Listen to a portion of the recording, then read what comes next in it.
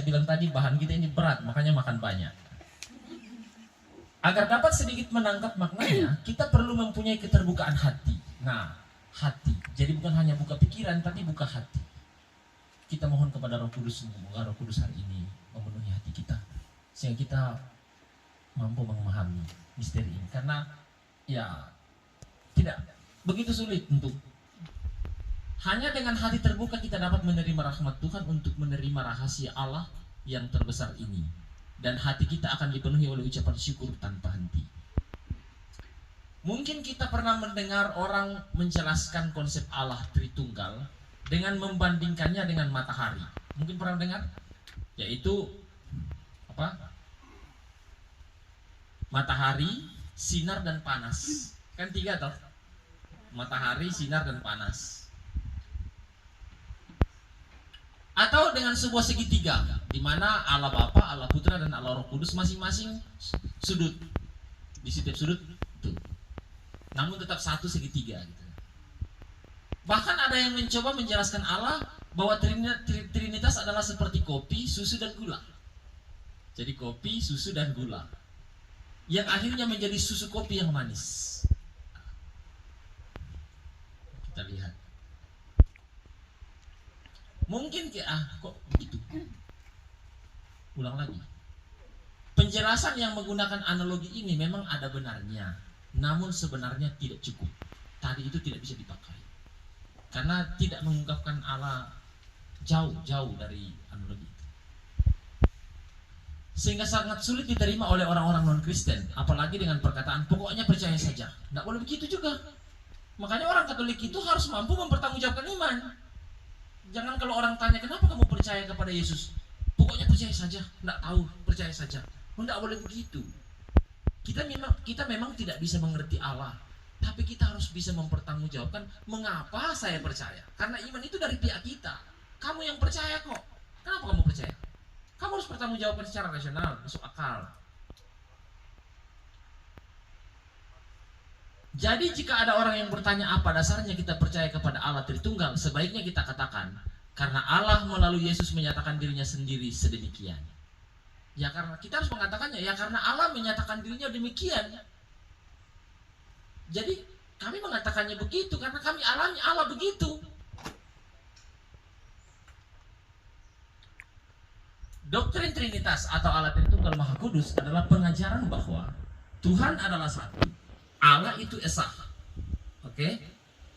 Namun terdiri dari tiga pribadi, yaitu satu Allah Bapa pribadi pertama, Allah Putra pribadi kedua, dan Allah Roh Kudus pribadi ketiga.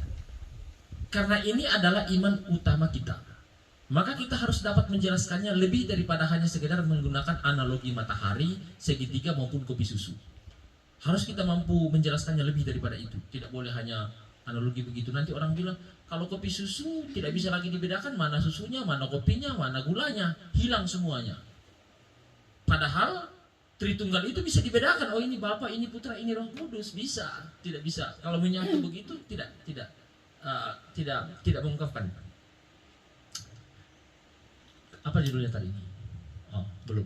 Yesus menunjukkan persatuan yang tak terpisahkan dengan Allah Bapa. Aku dan Bapa adalah satu. Ini dasar biblisnya ya, dasar kitab sucinya. Aku dan Bapa adalah satu. Barang siapa telah melihat aku, ia telah melihat Bapa. Jadi begini, dalam perjanjian lama itu orang Yahudi itu menganut paham ketuhanan mereka itu namanya monoteisme mutlak. Mono itu satu, teis itu Tuhan. Allah itu satu.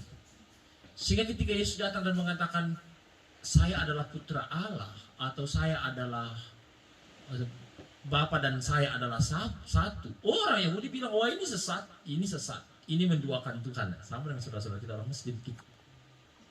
Tidak boleh Allah diduakan. Gitu.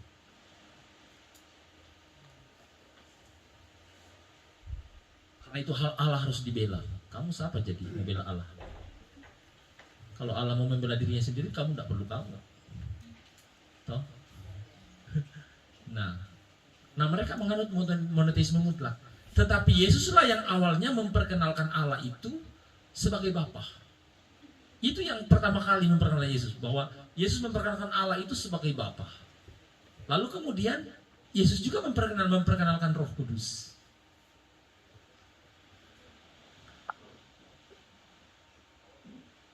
Dia berdoa kepada Bapa agar semua muridnya menjadi satu, sama seperti Bapa di dalam dia dan dia di dalam Bapa.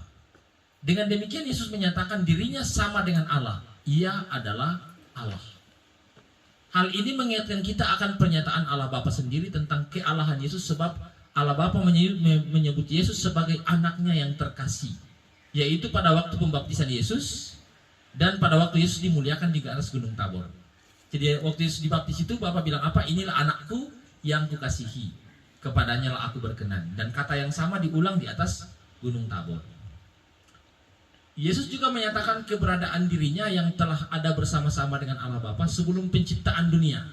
Kristus adalah Sang Sabda, Firman, yang ada bersama-sama dengan Allah, dan Firman itu adalah Allah. Dan olehnya segala sesuatu dijadikan. Tidak mungkin Yesus menjadikan segala sesuatu jika ia bukan Allah sendiri. Nah, saya tanya. Sebelum Yesus dilahirkan itu, diciptakan, sesat gitu ya. Tidak boleh ada kata diciptakan. Yesus tidak diciptakan. Kalau kita ini diciptakan. Kalau Yesus itu tidak diciptakan. Nah, sebelum Yesus dilahirkan, Yesus ada di mana? Yesus sudah ada atau belum ada? Sudah ada. Adanya di mana? Dia ada di mana? Bersama dengan Bapa tuh. Sebagai Firman. Sebagai logos, Nah. sebagai firman. Jadi Allah bersama Sabda, Firman, dan kebijaksanaan. Roh. Jadi Allah bersama Sabdanya dan ini yang namanya batin Allah. Allah, Sabdanya, dan kebijaksanaannya.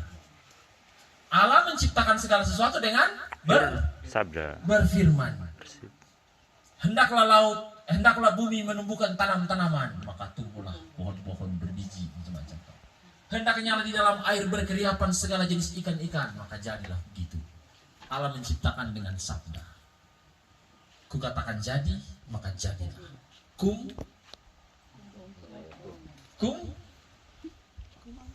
Fayakum. Kukatakan jadi, maka jadi. Itu biasanya orang pakai untuk bikin mantra-mantra, toh? Toh? Nah, saya ingat saya masih kecil dulu, saya punya oma ajar saya satu mantra. Mantra itu katanya untuk menjinakkan apa ini? Bukan, binatang-binatang berbisa, lebah apa semua. Ero-ero tapasi utabuan tapaletikan kutu isin aku damak kaya-kayaan. Kumpai. Nah, saya tidak tahu itu belajar kemana lalu diajar saya. Lalu kemudian satu kali saya pergi ke kebun, saya lihat itu tabuan kecil-kecil itu yang biasa rumahnya dari tanah itu tergantung di pojok lah toh. Wih, saya bilang sama tes om mantra. Saya tes om mantra begini. Dia bilang baca 3 kali tidak bernapas. Saya baca 3 kali tidak bernapas sampai napas mau putus-putus begini. Habis sapi ramas di rumah itu. Sapi ramas di rumah, satu dia keluar dari gigi di sini bengkak satu rumah. Saya pulang ke rumah bilang, om mantan tidak maju kenapa ya bengkak ini gara-gara dia. Om cuma tertawa saya, dia bilang, itu saya coba dengar saya lah, kau percaya? Nah, tapi sebenarnya kata itu tidak boleh diucapkan oleh manusia karena hanya Allah yang boleh mengucapkan kata itu. Kum fayakun. Ku katakan jadi, maka jadilah. Lain kali kita manusia ini bilang sesuatu tidak jadi. Berarti kun fayakun ini sudah ada yang bengkak. Hah? Nah, jadi Allah menciptakan dengan sabda. Dan ingat, sesudah Allah menciptakan segala sesuatu itu, semuanya masih chaos, masih kacau balau. Kata chaos itu bahasa Yunani artinya kacau. Yes. Tetapi kemudian roh Allah melayang-layang di atas ciptaan. Masih ingat ya?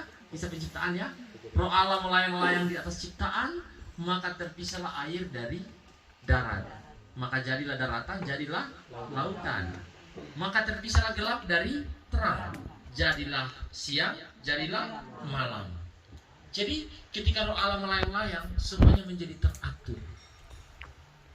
Maka apa yang tadinya chaos itu menjadi kosmos. Kosmos itu dunia yang teratur. Tapi biasanya ibu-ibu lihat kosmos di mana? Baca kosmos ada di rice cooker. Kosmos. Tapi sebenarnya itu bahasa Yunani, artinya dunia yang teratur.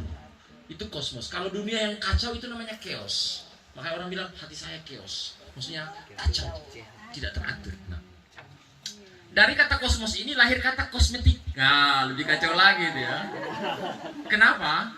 Dulu ada seorang ateis, tidak percaya Tuhan, pergi ke luar angkasa, dia astronaut. Dan dari luar angkasa itu dia memotret bumi.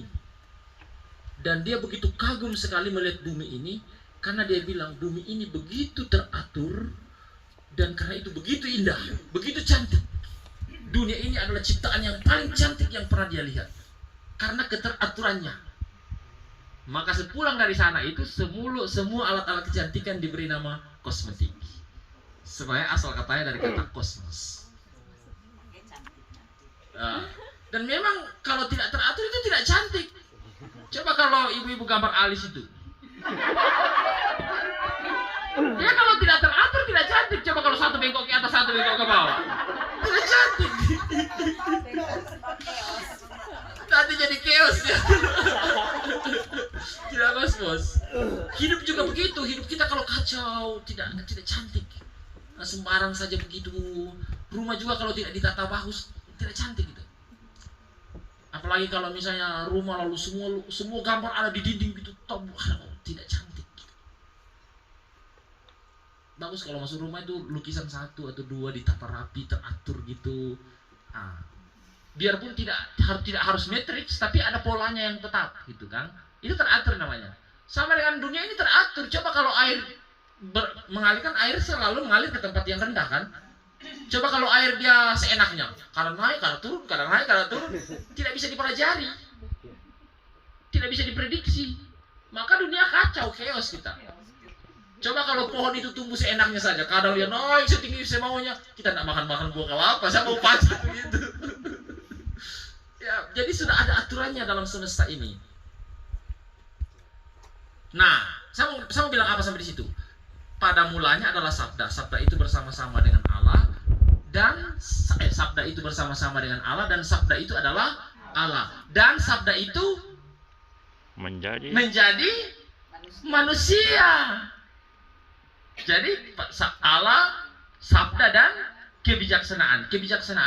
Allah, sabdanya dan kebijaksanaan. Sabda ini menjadi manusia dan itulah Yesus yang kita kenal, putra. Jadi sebelum Yesus dikandung dan dilahirkan, dia ada sebagai sabda. Dan Maria mendengar sabda itu dan sabda itu menjadi daging di dalam rahimnya dan melahirkannya seorang manusia atas kuasa Allah melalui Roh Kudus. Begitulah kesatuannya. Nah, selain menyatakan kesatuannya dengan Allah Bapa, Yesus juga menyatakan kesatuannya dengan Roh Kudus, yaitu roh yang dijanjikannya kepada murid-muridnya. Dan disebutnya sebagai roh kebenaran yang keluar dari Bapa. Roh ini juga adalah roh Yesus sendiri, sebab ia adalah kebenaran. Kesatuan ini ditegaskan kembali oleh Yesus dalam pesan terakhirnya sebelum naik ke surga. Pergilah, jadikanlah semua bangsa muridku, dan baptislah mereka dalam nama Bapa, Putra, dan Roh Kudus. Jadi Yesus memang sudah menjelaskan sejak awal bahwa Bapa, Putra, dan Roh Kudus itu adalah satu Allah. Tritunggal adalah, nah malah kita lihat ajaran gereja. Tritunggal adalah Allah yang satu. Kompendium Gereja Katolik nomor 253. Pribadi ini tidak membagi-bagi kealahan seolah-olah masing-masing menjadi sepertiga. Jadi Roh Kudus sepertiga Allahnya, Bapa sepertiga dan Putra sepertiga. Tidak, semuanya utuh sebagai Allah. Sepenuhnya dan seluruhnya. Bapa adalah yang sama seperti Putra, Putra yang sama seperti Bapa, dan Bapa Putra adalah yang sama seperti Roh Kudus, yaitu satu Allah dengan kodrat yang sama. Karena kesatuan ini maka Bapa seluruhnya ada di dalam Putra dan seluruhnya ada di dalam Roh Kudus. Jadi kalau Roh Kudus bekerja itu, Roh Kudus tidak bekerja sendiri, dia bekerja bersama Bapa dan Putra. Begitu juga ketika Bapa bekerja, ia bekerja sebagai sabda dan kebijaksanaan. Dan begitu juga ketika Putra bekerja, ia tidak bekerja sendiri. Ketika Yesus disalib begitu, Bapanya menyertainya. dan Roh Kudus menyertainya.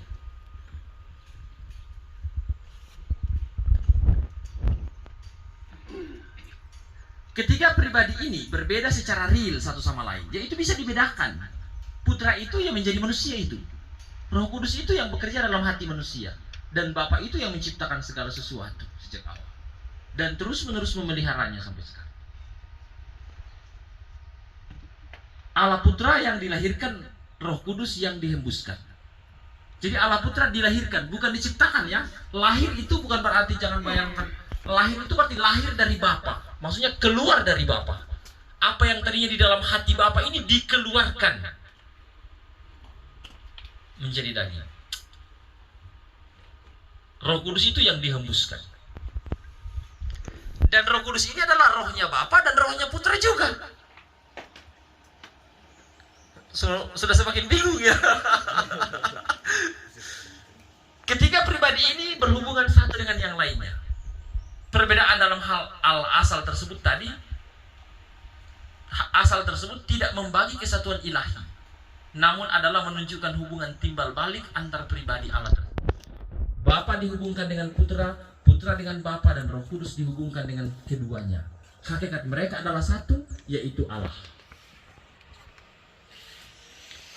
Mari kita lihat argumentasi teologis, penjelasan teologinya. Allah Tritunggal Maha Kudus adalah ajaran yang paling sentral dalam iman Kristen. Ajaran yang terkesan sulit ini sebenarnya indah dan konkret jika direnungkan dari sudut pengalaman manusia, khususnya tindakan mengasihi. Teks Injil Yohanes, Deus Caritas Est. Allah adalah Kasih. Allah adalah kasih. Allah Bapa mengasihi secara total sehingga menjadi manusia. Jadi begini, kalau orang tanya, kenapa Allah harus jadi manusia? Ya karena kasih. Coba kalau Allah egois. Dia diam saja dalam, biarlah semuanya ini tersimpan dalam batinnya. Sabdanya dan kebijaksanaannya itu tinggal dalam hatinya sendiri. Kita manusia tidak terselamatkan. Tapi kenapa harus menjadi manusia?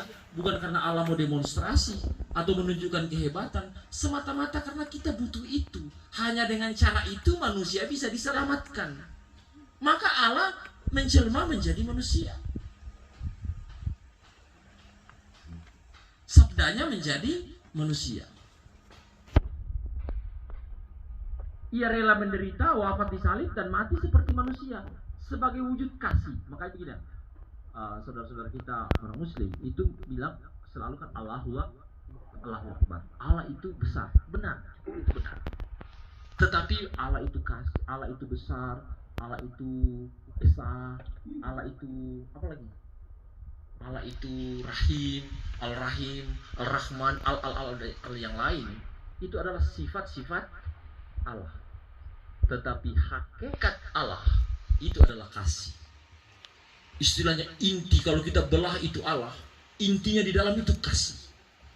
Sehingga kalau Allah tidak mengasihi, dia berhenti menjadi Allah. Semakin pusing kah? Jadi kalau Allah tidak mengasihi, pasti dia bukan Allah. Maka sebagai Allah, dia harus mengasihi. Kalau tidak mengasihi, ya dia bukan Allah.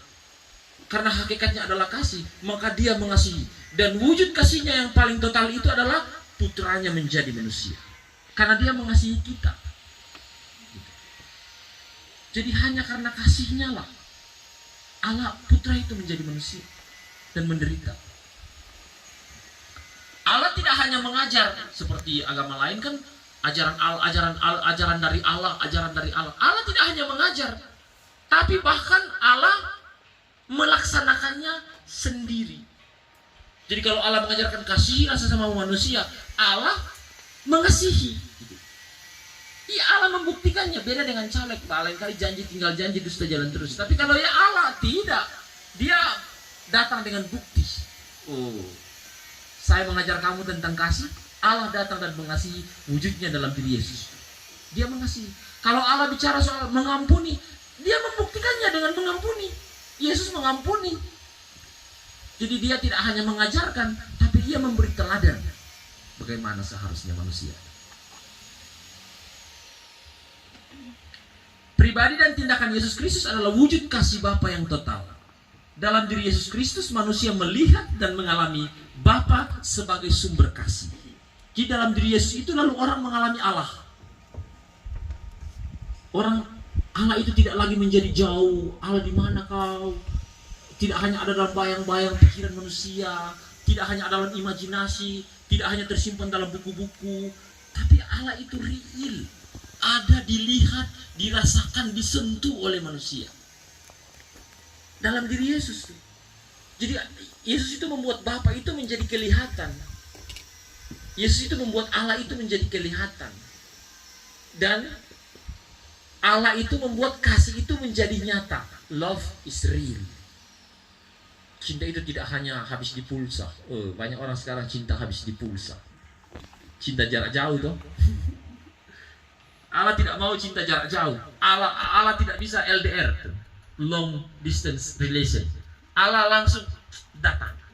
Makanya disebut Sang Immanuel. Allah itu dekat. Allah itu beserta kita. Jadi begitu.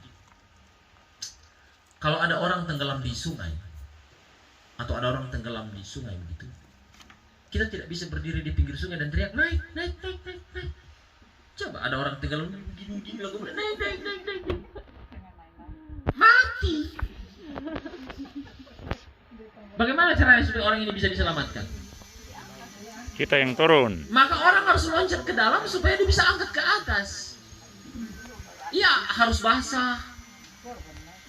Tapi kalau kita cuma naik, tidak bisa. Mesti kita loncat ke bawah dan angkat dia ke atas. Sama dengan Allah begitu. Allah tidak bisa diam di surga dan naik. Ini buku baca-baca. Tidak bisa. Ini kitab suci baca. Tidak bisa. Maka satu-satunya cara supaya kita bisa diselamatkan, Allah harus meloncat. Turun. Meskipun harus menderita seperti kita, harus mati seperti kita. Konsekuensi dari mau menyelamatkan. Konsekuensi dari kasih. Jadi dia meloncat ke bawah begini supaya angkat kita ke atas. Maka Yesus lahir, akhirnya bukan dikubur, tapi akhirnya adalah kembali ke surga. Supaya kita juga ke sana. Gitu. Jadi kalau Allah mau egois, biar aja di surga saya pusing amat loh. Naik aja. Kalau mau naik terserah lo, cari jalan sendiri. Coba kalau Allah egois itu. Jadi kalau orang bilang, kenapa Allah jadi manusia? Mestinya beruntung kami. Beruntung kami. Allah yang kami kenal itu peduli kepada kami. Dan mau jadi manusia menderita seperti kami. Daripada Allah yang cuma diam-diam di sana, pujilah saya. Kalau minta maaf ya, kalau Allah macam begini, saya mau puji. Saya mau puji kau biarkan saya. Untuk apa? Saya hanya mau memuji Allah yang peduli kepada saya.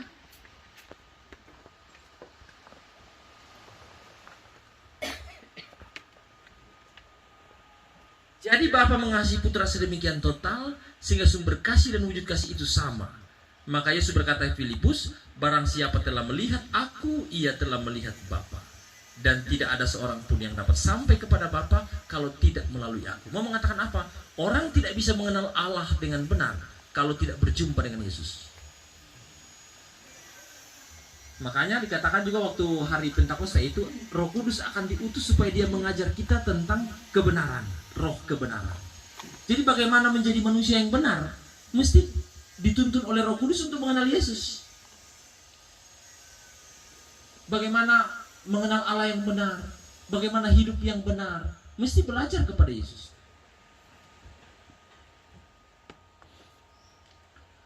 Bapa mengasihi Putra adalah wujud kasih Bapa. Sumber kasih dan wujud kasih itu setara. Jadi kasih dan sumbernya itu setara. Di sini kita sedang menyebut Bapa dan Putra. Tapi kita juga menyebut kata kasih. Relasi antara Bapa dan antara Bapa sebagai pemberi. Jadi Allah memberi dan Putra sebagai penerima terletak dalam kasih. Keduanya diikat oleh kasih. Mereka satu dan setara karena kasih. Jadi ada tiga hal yang kita sebut: pengasih, yang dikasihi, dan kasih. Jadi pengasih, yang dikasihi, dan kasih. Bapa, pengasih, yang dikasihi Putra, dan kasih itu Roh Kudus. Kasih yang menyatukan Bapa dan Putra itu dalam bahasa Injil juga disebut karunia. Dalam bahasa Indonesia kita sangat terbantu dengan istilah kasih karunia. Kata ini jelas mengingatkan kita akan diri ilahi yang disebut Roh Kudus. Sekarang kita dapat mengatakan bahwa Roh Kudus adalah kasih karunia yang menyatukan Bapa dan Putra.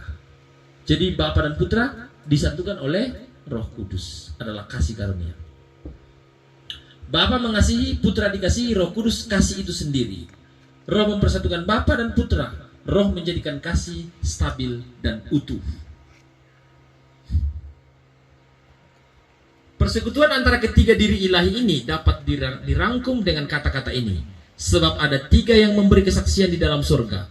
Bapa, Firman, dan Roh Kudus. Kita kembali tadi. Dan ketiganya adalah satu. Ini penjelasan teologinya. Nah, ini lebih sulit lagi. Argumentasi filosofis. Nah, ini kita mesti istirahat dulu sedikit ya. Karena ini berat. Ini berat sekali. Ya, aduh, bagaimana membuatnya menjadi gampang saya tidak tahu. Karena kalau dibuat jadi gampang tidak menjelaskan apa-apa.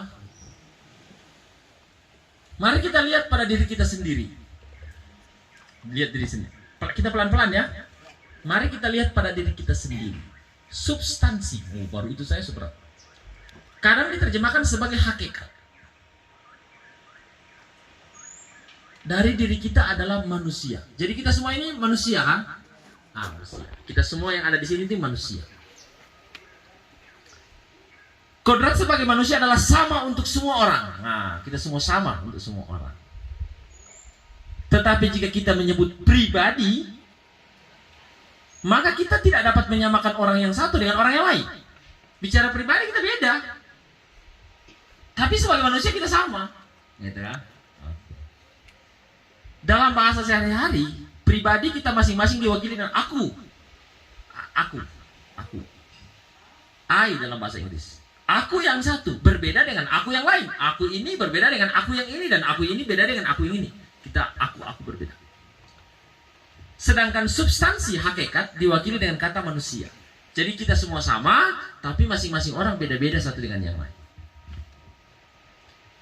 Analogi yang paling mirip, tentu tak sepenuhnya menjelaskan misteri Allah, adalah kesatuan antara jiwa dan tubuh dalam diri kita.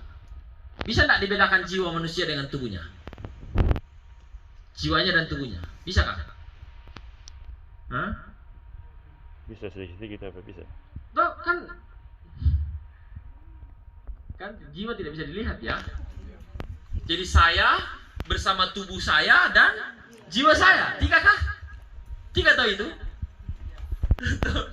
Saya bersama tubuh saya dan jiwa saya. Allah bersama sabda dan kebijaksanaannya. Kan? Saya bersama tubuh. Kalau saya tanpa tubuh, maka saya adalah bukan manusia. Saya adalah arwah. Tuh. Mengerti kan saya? Terus saya tanpa jiwa adalah Mayat. jenazah. Mantan manusia. Jadi kira-kira begitu. Saya satu toh. Tapi saya bersama badan saya dan jiwa saya. Nah, kira-kira ini yang kalau kopi susu tadi itu tidak menjelaskan apa-apa. Ini yang paling menjelaskan. Kalau bicara tentang Allah.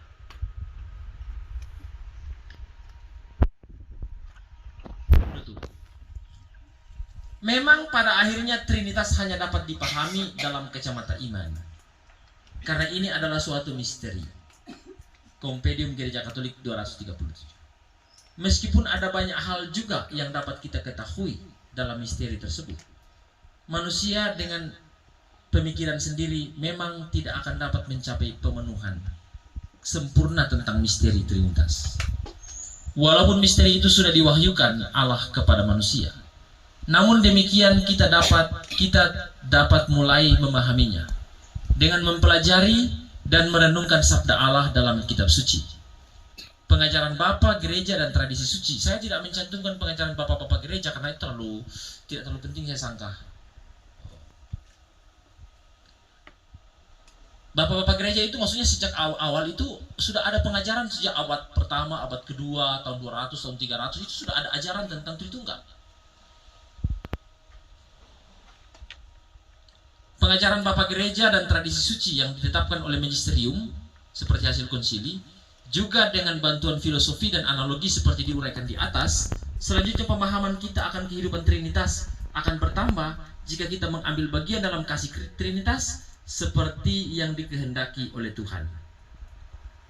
Melihat begitu dalamnya kehidupan batin Allah, nah tadi kita sudah bilang ini batin Allah, hati kita melimpah dengan ucapan syukur.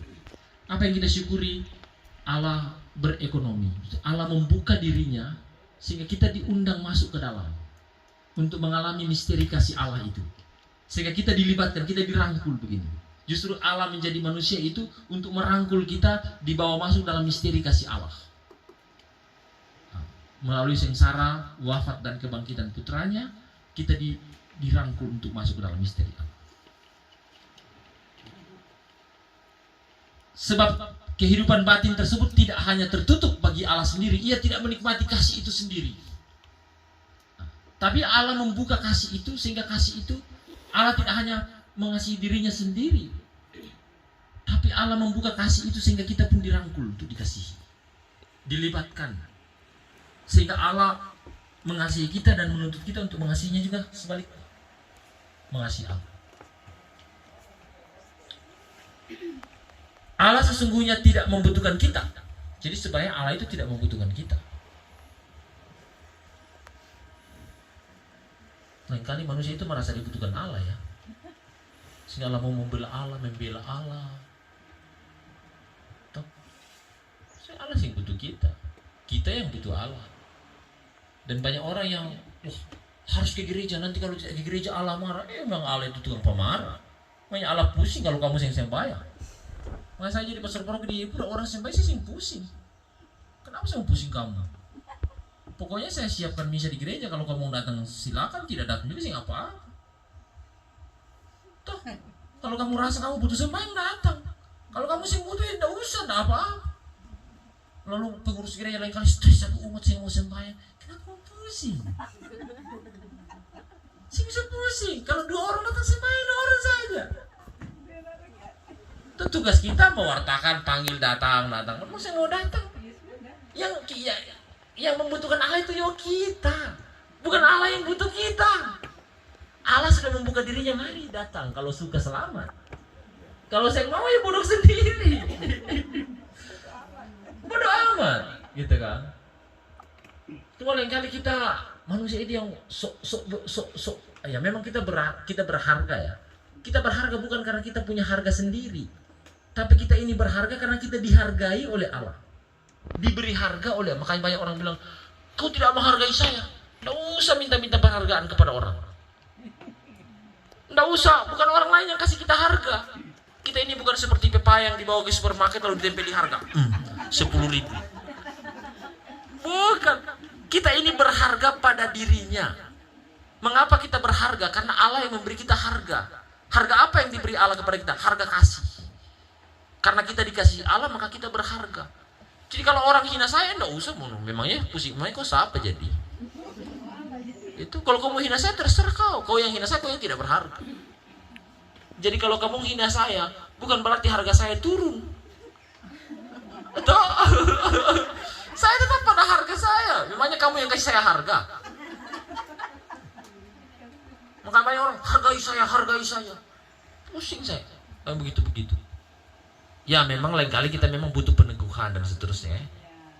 Nah karena itu maka pertama-tama kita yang harus menghargai diri kita sendiri. Kita yang harus pertama-tama menghargai diri kita sendiri. Nah karena kalau kita tidak menghormati dan menghargai diri kita sendiri, ya sulit kita menuntut orang lain menghargai kita. Kita yang pertama-tama harus menghargai diri kita. Kita yang menghargai diri kita. Bukan pertama-tama menghargai harga yang diberikan Allah kepada kita. Menghargai martabat kita. Nah itu saja yang paling penting. Orang lain orang urus. Apalagi banyak orang yang, saya ini berdosa gara-gara kamu. Lah, kok kamu yang berdosa, kok saya yang disalahkan?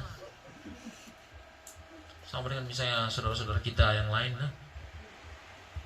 perempuan itu harus tutup begitu, karena nanti bikin kita berdosa. Kalau perempuan berpakaian seksi terus saya lihat saya berdosa. Lah, kenal juga tidak. Orang jalan santai-santai, kok berdosa gara-gara saya? Terus apa jadi?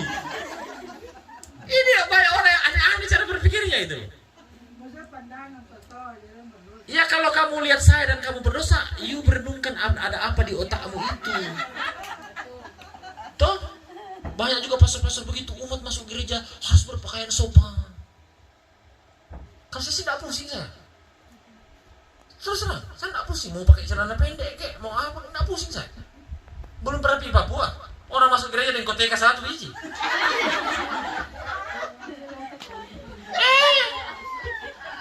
Masuk gereja dengan satu bangku saja.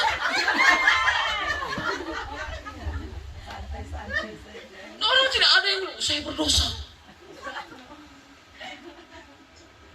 Masalah di sini saja itu.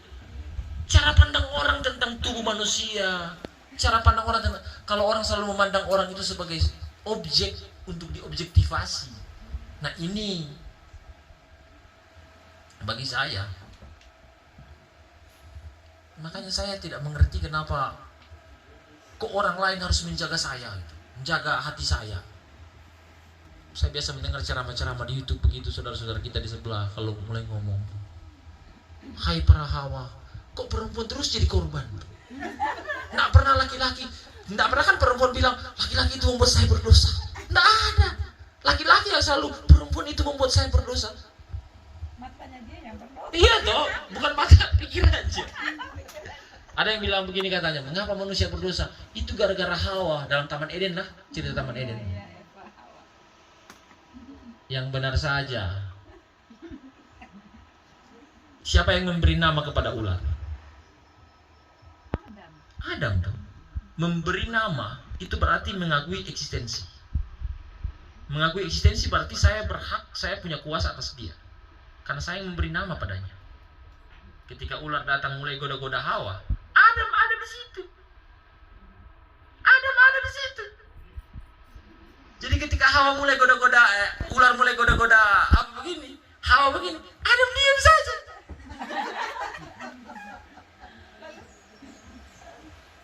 Lalu kemudian Adam, Hawa ambil. Lah kasih Pak Adam ambil. Jadi seharusnya kalau seandainya Adam bertindak sebagai laki-laki, Hawa tidak perlu berdosa. Ketika ular goda Adam ya kuping, maka Hawa tidak perlu berdosa. Jadi makanya nama Desi Ramadhani menulis sebuah buku, Adam harus bicara. Karena seandainya Adam bicara, Hawa tidak berdosa. Jadi karena mengapa Hawa berdosa? Karena Adam tidak bertindak sebagai laki-laki. Gitu. Jadi tidak boleh laki-laki cari aman. Kan bukan saya yang ambil. Nah itu. Jadi ya begitulah. Tapi apa kita sudah sampai di situ?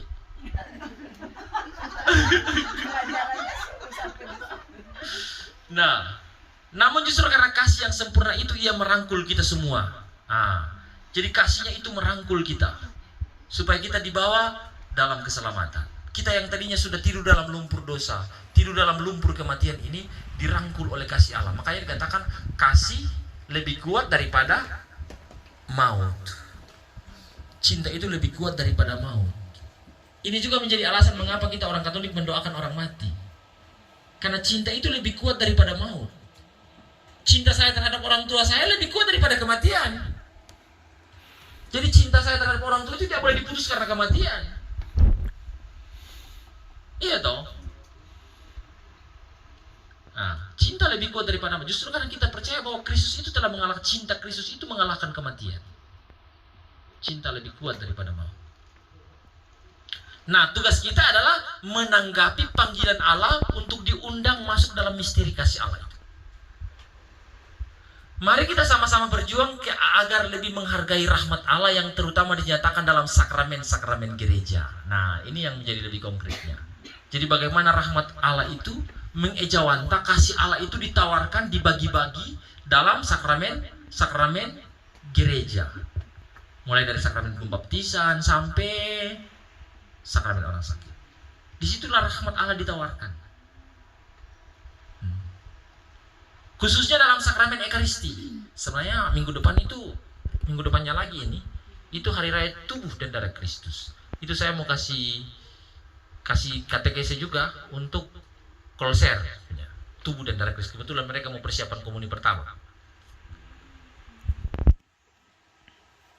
Dengan persatuan dengan Allah, kita mencapai puncak kehidupan spiritualitas, di mana kita dimampukan oleh Allah untuk mengasihi Dia dan sesama. Bagian ini selesai. Nah, bagaimana kita bisa mengerti bahwa dalam sakramen-sakramen itu Allah membagi-bagi kasih karunia, membagi-bagi rahmat. Sakramen pembaptisan misalnya. Mengapa anak-anak itu ketika masih kecil harus segera dibaptis? Banyak yang bilang kata begini kalau gereja Pentekoste kan, tunggu sampai umur 12 tahun dulu, sampai dia bisa menggunakan akalnya, baru dibaptis. Ini tidak mengerti sakramen pembaptisan itu apa. Jadi sakramen pembaptisan itu adalah kelahiran baru, dilahirkan dalam roh kudus. Begini, karena dosa Adam dan Hawa, kita semua ini lahir sebagai orang-orang yang berdosa. Jadi kalau ada anak lahir itu, dia lahir sebagai anak-anak Adam dan Hawa. Dia lahir sebagai manusia lama. Nah, maka anak-anak ini, yang anak-anak Adam dan Hawa ini, harus dilahirkan lagi. Dilahirkan kembali lewat pembaptisan sebagai anak-anak Allah. Jadi sebenarnya itu maksudnya. Sehingga anak-anak masih kecil itu dilahirkan lagi sebagai anak-anak Allah. Oh, harus mengerti dulu. Saya tanya, coba kalau dia bilang, kok sudah mengerti Tritunggal Maha Kudus? Belum, berarti kau belum boleh dibaptis. Kalau bicara soal pengertian sampai mati tidak ngerti kita. Tidak boleh dibaptis dong. Jadi iman itu bukan pertama-tama didahului oleh pengertian. Tapi iman itu soal penyerahan total kepada Allah. Dan sejak dari kecil itu, anak-anak itu dilahirkan lagi. Sehingga sesudah dibaptis, anak-anak itu menjadi anak-anak Allah. Itu dasar pemikiran pertama, sehingga anak-anak itu sejak kecil harus dibaptis. Yang kedua, mengapa anak-anak kecil harus dibaptis secepatnya? Karena orang tua itu kan selalu memberi yang terbaik bagi anak-anak. Susu yang terbaik, itu yang terbaik dikasih. Termasuk iman. Kenapa tidak dikasih dari kecil? Kenapa mau tunggu sampai besar dulu baru kasih yang terbaik? Bukankah yang terbaik dari kita itu adalah iman? Kenapa tidak dikasih dari kecil? Jadi konsep tentang 12 tahun itu sudah runtuh dengan sendiri. Sampai ada yang bilang, oh harus diselam di Sungai Yordan. Sungai Yordan harus diselam, toh? Kalau tidak diselam tidak sah gitu. Ya sudah, kalau begitu kamu selamnya di Sungai Yordan dong, bukan di bak. Kalau di bak tidak sah juga. Kalau baptisan itu sebenarnya disiram air, sehingga. Nah, lalu kemudian sakramen tubuh dan darah Kristus minggu depan itu, apa artinya sebenarnya sakramen itu? Sakramen Ekaristi toh? Tanda dan sarana. Jadi kenangan akan, jadi sebelum Yesus naik di surga, sebelum Yesus wafat itu,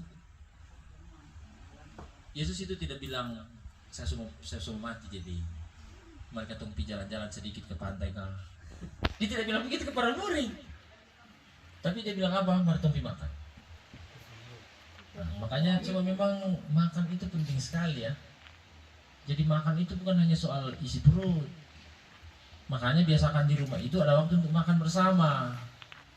Pagi kah, tidak harus setiap saat, ya paling tidak ada satu hari kah, malam kah. Karena makan itu bukan hanya soal kenyang, tapi duduk dan makan bersama itu punya arti penting. Lain-kali kita di zaman modern ini, aduh, ada yang suka makan di muka televisi, ada yang suka makan di dapur, masing-masing cari tempat sendiri.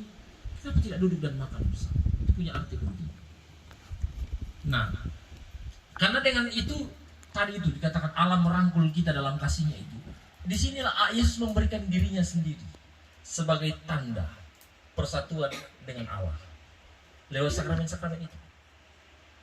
Jadi dengan makan dan tubuh itu kita menyatukan diri kita dengan Tuhan Yesus. Makanya saya tidak senang kalau saya misa begitu, lalu orang sementara komuni disuruh menyanyi. Sebenarnya pada saat misa itu orang pergi terima komuni dan berdoa.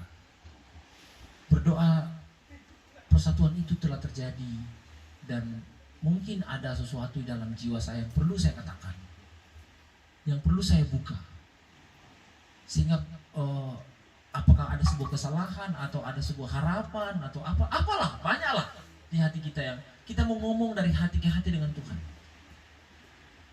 sehingga ada kasihan orang yang sementara sementara berdoa tapi disuruh menyanyi, hanya sambil kunyah-kunyah hosti menyanyi.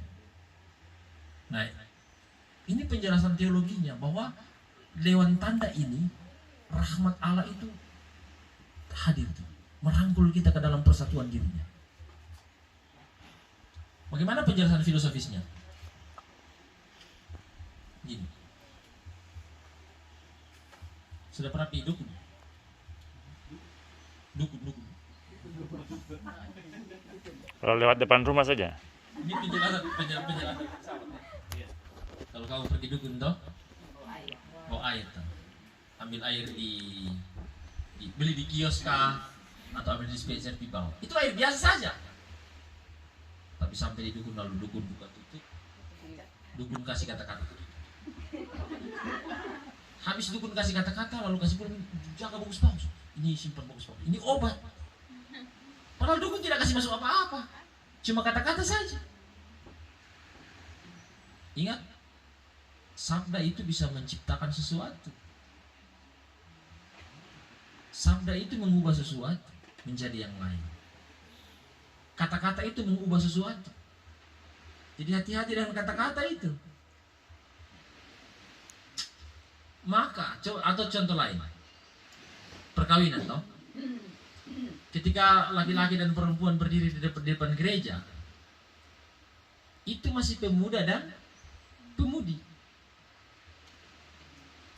Sampai di depan altar, ketika mereka saling bertukar kata-kata, janji nikah itu, seketika itu juga terjadi perubahan. Yang tadinya pemuda saat itu juga menjadi suami. Dan seketika itu juga perempuan itu menjadi istri. Hanya dengan kata-kata itu yang mengubah. Tapi kalau sampai dia menanung diam-diam saja begitu, ditanya lalu saya jawab, tidak ada perubahan apa-apa. Satu kali saya kasih nikah di Bangkai sana. Saya tahu nikah massal, 11 pasang. Satu gereja kecil ini, cuma orang nikah saja. Pokoknya suami istri saksi, 11 pasang. Jadi dong maju sampai di komuni pertama itu. Nah, tanya. Karena dong banyak yang kita tahu baca tulis, jadi saya pakai rumusan C. Rumus C itu ditanya, tinggal jawab iya saja. Apakah engkau bersedia mengambil sebagai istrimu yang hadir di sini dan mencintainya dalam suka dan duka, dalam untung dan malang, di waktu sehat maupun sakit? Diam saja.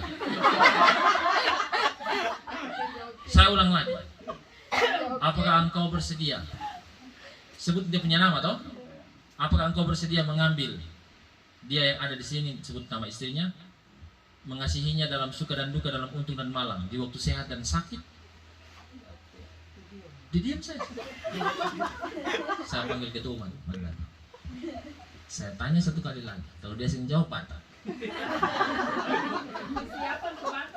Iya, saya bilang, saya tanya satu kali lagi. Dia cuma agak-agak saya begitu.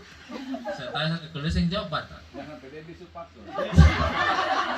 Baru saya bilang, sekarang saya ucap dalam bahasa Indonesia, kau terjemahkan dalam bahasa Banggai. Saya ucap dalam bahasa Indonesia, lalu dia terjemahkan dalam bahasa Banggai. Wih, dia jawab cepat-cepat. Dia jawab cepat-cepat tapi dalam bahasa Banggai lagi. Saya sebutin. Baru saya tanya sama ketua umat, itu artinya apa? Dia jawab, cinta sampai mati.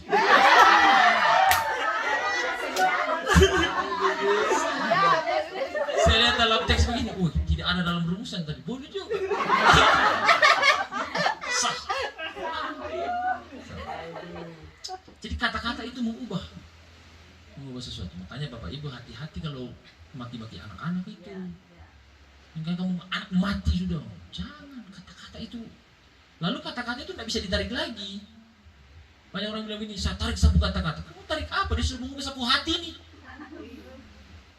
mendengar kau kata-kata sapu hati berubah ini. Yang tadinya saya enak-enak, happy-happy, tiba-tiba saya marah karena kau kata-kata itu. Lalu kau mau tarik apa? Saya bisa ditarik kata-kata. Nah coba bayangkan kalau hosti pastor pegang tuh dan diambil kata-kata dari kitab suci dan ditaruh pada hosti itu. Ingat, ini sabda Allah loh, dan sabda Allah itu mengubah sesuatu menjadi dirinya sendiri.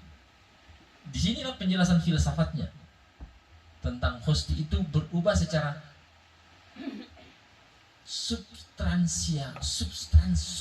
transubstansi. Jadi substansinya trans, hakikatnya berubah. Yang tadinya roti saja biasa berubah menjadi tubuh dan darah Kristus. Materinya tetap sama, masih Roti. ya masih hosti biasa tadi. Tapi sesudah itu maka punya arti baru, punya makna baru. Sama dengan cincin, tidak bisa disamakan dengan cincin nikah ya, karena kalau cincin nikah itu ketika baru beli di toko biasa-biasa saja. Tapi ketika sudah diberi kata-kata untuk perkawinan, karena sudah ada sesuatu yang diberi di sana. Nah itu kata-kata manusiawi kan. Nah sekarang kata-kata Allah yang ditaruh pada barang ini. Karena itu walaupun sesudah misa, hostinya tidak habis, ya tetap dia tubuh Kristus. Karena tidak bisa lagi ditarik kata-kata yang dikasih tadi itu. Itu penjelasan filsafatnya. Ya. Jadi, tapi apa maknanya bagi kita? Sehingga kita menerima tubuh dan darah Kristus itu adalah kita mempersatukan hidup kita, mempersatukan suka dan duka kita, kita memasukkan segala pengalaman hidup kita, harapan-harapan kita, kekecewaan, rasa sakit hati kita dengan salib Tuhan. Tapi juga kita mempersatukan kebahagiaan, kegembiraan, sukacita kita dengan kebangkitan Tuhan. Dan kita mempersatukan hidup kita dengan hidup Yesus, kematian kita dengan kematiannya, supaya kita bersama dengan dia dalam kebangkitan. Jadi maknanya Ekaristi itu sangat dalam.